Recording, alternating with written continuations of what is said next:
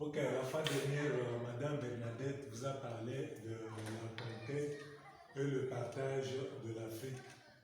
Aujourd'hui, là, on parle de l'État indépendant du Congo avec l'abréviation EIC. Quand vous voyez cette abréviation EIC, cela veut dire État indépendant du Congo. L'EIC doit son existence au roi Léopold II de la Belgique. Le roi Léopold II avait créé l'AIA comme Association internationale africaine, ayant pour but la mise en valeur du territoire congolais, la lutte contre la traite arabe. Qu'est-ce qui s'est passé? Le 22 avril 1884, l'Amérique reconnut l'AIA, donc l'Association internationale africaine du Congo, comme un gouvernement et un nouvel État. À la fin de l'année 1884, les puissances occidentales se réunirent à Berlin pour arriver à un accord sur le Congo. Ainsi, la conférence de Berlin dura 3 mois.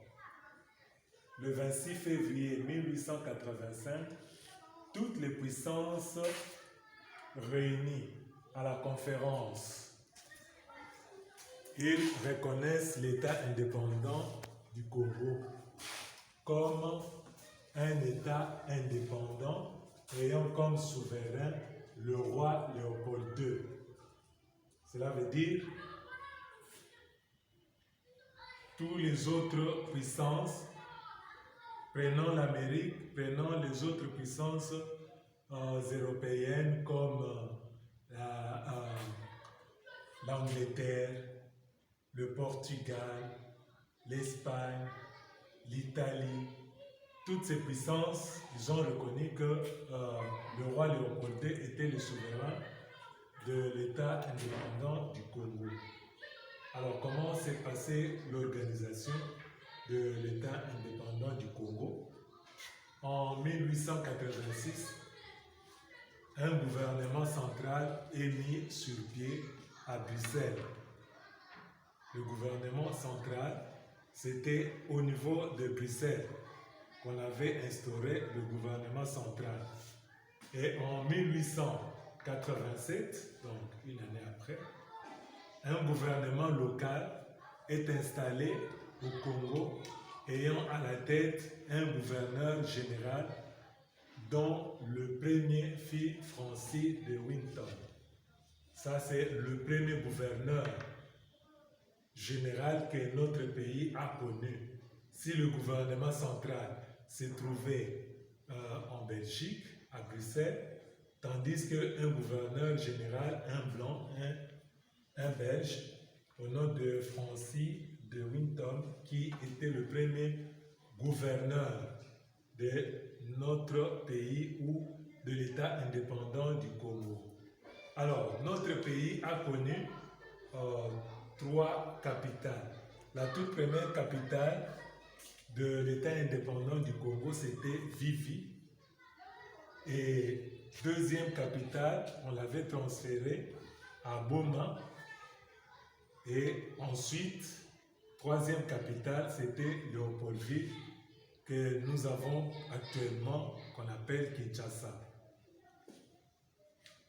L'armée de l'État indépendant du Congo s'appelait Force publique, FP, Force publique.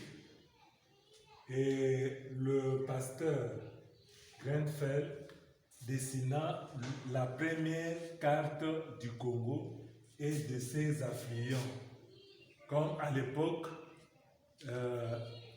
on n'avait pas encore des cartes géographiques, alors c'est lui qui avait dessiné tout d'abord la République pour limiter et aussi représenter ses affluents. Qu'est-ce que nous devons retenir de cet État indépendant du Congo?